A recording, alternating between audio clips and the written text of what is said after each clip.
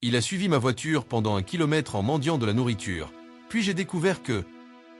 Élise était une enseignante dévouée dans une école publique de Porto Alegre. Elle connaissait tous ses élèves par leur prénom, se préoccupant constamment de leur bien-être. Après une journée épuisante à l'école, Élise rentrait chez elle, appréciant les moments de calme dans la circulation de fin de journée. Ce soir-là, alors qu'elle attendait à un feu de signalisation, elle aperçut un chien maigre et sale qui suivait son véhicule. Le regard affamé et suppliant de l'animal la toucha profondément. Elle décida de s'arrêter sur le bas-côté et sortit une part de son sandwich. Le chien, manifestement affamé, engloutit la nourriture avec voracité. Élise se demanda d'où il venait et comment il avait pu finir dans un état aussi lamentable. Malgré son désir de l'aider davantage, elle savait qu'elle ne pouvait pas l'emmener chez elle ce soir-là. Le lendemain, Élise revit le chien au même endroit. Il la reconnut immédiatement et se mit à la suivre sur une courte distance. Élise, touchée par la fidélité et la détresse de l'animal, décida de découvrir où il vivait. Elle suivit le chien qui la mena à travers les rues de la ville jusqu'à une zone abandonnée. Là, elle trouva une famille vivant dans des conditions précaires. La famille, composée d'Héloïse, de son mari Luc et de leur petite-fille Sophia, lui expliqua que le chien, nommé Lévi, appartenait à un voisin qui avait déménagé en laissant l'animal derrière lui. Élise écouta attentivement, son cœur se serrant face à cette réalité. Elle savait qu'elle devait faire quelque chose, non seulement pour Lévi, mais aussi pour cette famille. En observant la famille de Héloïse, Élise se remémora son enfance. Son père avait toujours eu un faible pour les animaux abandonnés. Il les ramenait souvent à la maison, leur offrant une seconde chance. Élise se rappelait avec tendresse les nombreux chiens et chats qui avaient trouvé refuge chez eux. Ces souvenirs lui rappelaient l'importance de la compassion et de l'empathie. Elle pensait aussi à un de ses anciens élèves, Joao, qui arrivait souvent à l'école mal habillé et affamé. Élise avait pris sur elle d'aider sa famille en leur apportant des vêtements et de la nourriture. Grâce à ces efforts, la vie de Joao avait considérablement changé. Les petites actions peuvent vraiment faire une grande différence, pensa-t-elle. En regardant Lévi, Élise se demanda si elle pouvait reproduire ce même impact. Ce chien mérite une chance, tout comme Joao, se dit-elle. Mais elle savait aussi que cela ne serait pas facile. Je ne peux pas résoudre tous les problèmes de cette famille, réfléchit-elle. Mais je dois essayer. Je dois faire quelque chose. Élise passa plus de temps avec Héloïse, Luc et leur petite-fille Sophia. Elle apprit que Héloïse avait perdu son emploi à cause de la fermeture de son entreprise et que Luc, souffrant d'une blessure ancienne, avait du mal à trouver du travail. Sophia, malgré les conditions difficiles, était une enfant joyeuse et curieuse. Élise s'attacha rapidement à elle, voyant en Sophia le reflet de ses élèves. Élise décida d'agir. Elle apporta des provisions, des vêtements et quelques jouets pour Sophia.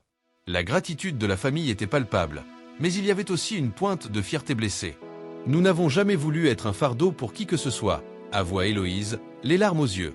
Élise la rassura, aider n'est pas un fardeau. C'est ce que nous faisons les uns pour les autres. Lévi devint rapidement un symbole d'espoir pour la famille. Élise voyait à quel point le chien apportait de la joie et du réconfort, en particulier à Sophia. Elle savait qu'il était crucial de trouver un foyer stable pour Lévi. Il mérite un endroit sûr et aimant, pensa-t-elle. Un jour, alors qu'elle ramenait des provisions, Élise discuta avec Héloïse de ses compétences. Elle découvrit que Héloïse avait un talent pour la couture. « Je pourrais essayer de trouver des petits contrats de couture pour vous », proposa Élise. Héloïse, hésitante au début, finit par accepter. « Ce serait merveilleux. J'ai toujours aimé coudre », dit-elle avec un sourire timide. Avec l'aide d'Élise, Héloïse commença à recevoir des commandes de couture.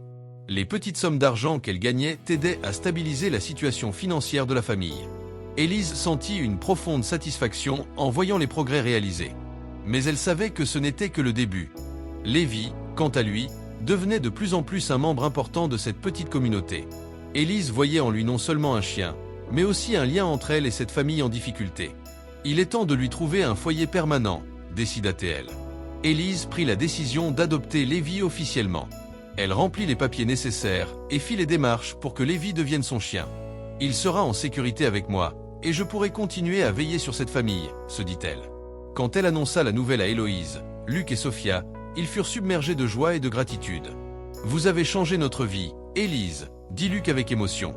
Dans son cœur, Élise savait qu'en suivant cet élan de compassion pour un simple chien, elle avait ouvert la porte à une série de transformations positives. « Nous avons tous besoin d'aide à un moment ou un autre », pensa-t-elle. Et parfois, il suffit d'un petit geste pour faire une grande différence. Élise se rendit vite compte que les défis à relever pour aider la famille de Héloïse étaient nombreux. Premièrement, les institutions de charité locales, déjà surchargées, ne pouvaient offrir qu'une aide limitée. Les besoins sont trop grands et les ressources trop limitées, lui dit un responsable d'une organisation caritative. Élise, bien qu'un peu découragée, décida de ne pas abandonner. Héloïse et Luc, quant à eux, avaient du mal à accepter l'aide d'Élise. Leur fierté les retenait, et ils craignaient d'être perçus comme incapables de subvenir à leurs propres besoins. « Nous ne voulons pas être un fardeau », répéta Héloïse souvent. Élise comprenait leurs sentiments, mais savait qu'il avait besoin d'aide. Un autre problème surgit lorsque Lévi tomba gravement malade. Élise, très inquiète, chercha désespérément un vétérinaire qui pourrait traiter le chien sans frais. Cependant, les coûts des soins vétérinaires étaient élevés, et Élise avait déjà dépensé beaucoup de ses propres ressources pour aider la famille. Malgré ces obstacles, Élise refusait de se laisser abattre. Elle savait que la situation de la famille et de Lévi nécessitait une intervention urgente. Elle réfléchit à différentes manières de surmonter ces défis, déterminée à trouver des solutions pour chacun d'eux. Un jour, alors qu'Élise était à l'école, elle découvrit par hasard un programme d'assistance sociale peu connu. Ce programme, destiné à aider les familles en difficulté, offrait une variété de services, y compris de l'aide alimentaire et des vêtements.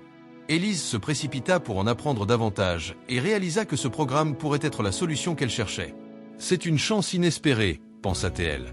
Elle fit rapidement les démarches nécessaires pour inscrire la famille de Héloïse à ce programme. « Cela pourra les soulager un peu », se dit-elle. La nouvelle de cette aide arriva à point nommé et fut un immense soulagement pour Héloïse et Luc. « Nous ne savions pas que ce genre de programme existait », avoua Héloïse, les larmes aux yeux. Un autre tournant majeur se produisit lorsqu'Élise rencontra par hasard un ami d'enfance, Thomas, qui travaillait désormais comme vétérinaire. Lors d'une conversation, elle mentionna la situation désespérée de Lévi. Thomas, touché par l'histoire, offrit de soigner Lévi gratuitement. « Amène-le-moi demain, je m'en occuperai », dit-il avec un sourire chaleureux. Grâce à Thomas, Lévi reçut les soins nécessaires et se remit rapidement de sa maladie. « Il a vraiment de la chance d'avoir une personne comme toi pour veiller sur lui », lui dit Thomas. Élise se sentit profondément reconnaissante et plus déterminée que jamais à continuer d'aider la famille de Héloïse. En apprenant à mieux connaître Héloïse, Élise découvrit que cette dernière possédait de réelles compétences en couture. Cela donna une idée à Élise. « Et si nous trouvions des travaux de couture pour Héloïse ?» pensa-t-elle. Après quelques recherches, Élise trouva plusieurs petits contrats de couture que Héloïse pouvait réaliser à domicile. « Je suis si reconnaissante pour cette opportunité », dit Héloïse, émue. Les petites commandes commencèrent à arriver, apportant une bouffée d'air frais à la situation financière de la famille. Élise réalisa que chaque petit geste pouvait vraiment faire une grande différence. Avec ces développements positifs, Élise sentit un nouvel espoir grandir en elle. « Nous sommes sur la bonne voie », se dit-elle. Mais elle savait que le chemin était encore long et semé d'embûches. Cependant, avec chaque obstacle surmonté, sa détermination et son optimisme ne faisaient que grandir. Élise était convaincue que, peu importe les défis à venir, elle trouverait toujours une solution. « Ensemble, nous pouvons y arriver », pensa-t-elle, prête à affronter les prochains obstacles avec la même détermination et le même courage. Le point de tension culminant se produisit lorsque Luc, dans une tentative désespérée de gagner de l'argent pour sa famille, accepta un petit boulot risqué sur un chantier de construction non sécurisé. Malheureusement, un accident survint et il se blessa gravement à la jambe. La famille, déjà en situation précaire, se trouva confrontée à une nouvelle crise. Élise, informée de l'accident par Héloïse, se précipita à l'hôpital. Elle trouva Héloïse en pleurs dans la salle d'attente. « Comment allons-nous faire ? Nous n'avons pas les moyens de payer les frais médicaux », sanglota Héloïse. Élise, bien que profondément touchée, savait qu'elle devait rester forte. « Nous allons trouver une solution », dit-elle en prenant Héloïse dans ses bras. Élise retourna à l'école et organisa une collecte de fonds parmi le personnel et les parents d'élèves. Elle expliqua la situation difficile de la famille de Luc et la nécessité urgente de couvrir les frais médicaux. La réponse fut étonnamment positive. Les enseignants, les parents et même les élèves se mobilisèrent, faisant des dons généreux. La collecte de fonds dépassa toutes les attentes. Avec l'argent récolté, Luc put recevoir le traitement nécessaire à l'hôpital. Pendant ce temps, Élise continua de soutenir Héloïse et Sophia, leur apportant des repas et s'assurant que leurs besoins quotidiens étaient satisfaits. « Nous ne serions pas capables de traverser cela sans toi », confia Héloïse à Élise. Avec Luc en convalescence, Élise se concentra sur l'avenir de la famille. Elle prit contact avec des associations locales pour s'assurer que Héloïse recevrait un soutien continu. Grâce à ses efforts, Héloïse put obtenir des contrats de couture plus réguliers, ce qui stabilisa progressivement la situation financière de la famille. Lévi, maintenant en bonne santé, était devenu un symbole d'espoir et de résilience pour tout le monde. Élise officialisa son adoption, et Lévi devint rapidement le mascotte de l'école, adoré par les enfants et les enseignants.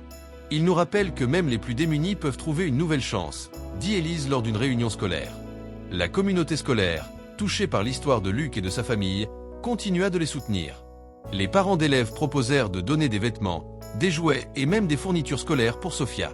Élise se rendit compte que l'unité et la solidarité de la communauté pouvaient faire une énorme différence. « Ensemble, nous sommes plus forts », pensa-t-elle. Un jour, en visitant la famille, Élise trouva Héloïse en train de travailler sur une commande importante. « Regarde ce que j'ai fait », dit-elle fièrement en montrant un magnifique manteau qu'elle venait de terminer. Élise sourit, sentant une grande fierté pour Héloïse. « Tu es vraiment talentueuse », lui dit-elle. « Avec un peu de chance et beaucoup de travail, tu pourrais même ouvrir ta propre entreprise. » Héloïse, émue, répondit « C'est grâce à toi, Élise. Tu nous as donné l'espoir et les moyens de nous en sortir. » Élise sentit les larmes monter. « Je n'ai fait que ce qui me semblait juste. Vous avez travaillé dur pour arriver là où vous êtes maintenant. » En réfléchissant à tout ce qui s'était passé, Élise réalisa à quel point suivre cet élan initial de compassion pour Lévi avait changé de nombreuses vies. Il suffit parfois d'un petit geste pour déclencher une série de changements positifs, pensa-t-elle.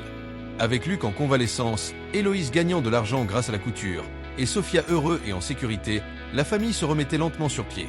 Élise savait que le chemin serait encore long, mais elle se sentait optimiste quant à l'avenir. Finalement, Élise regarda Lévi jouer avec les enfants dans la cour de l'école et pensa « Ce chien a été le catalyseur de tant de bonnes choses. Il est la preuve que même dans les moments les plus sombres, il y a toujours de l'espoir. » Et ainsi, la vie continua, avec Élise, Héloïse, Luc, Sophia et Lévi, chacun plus fort et plus uni que jamais, prêts à affronter l'avenir ensemble.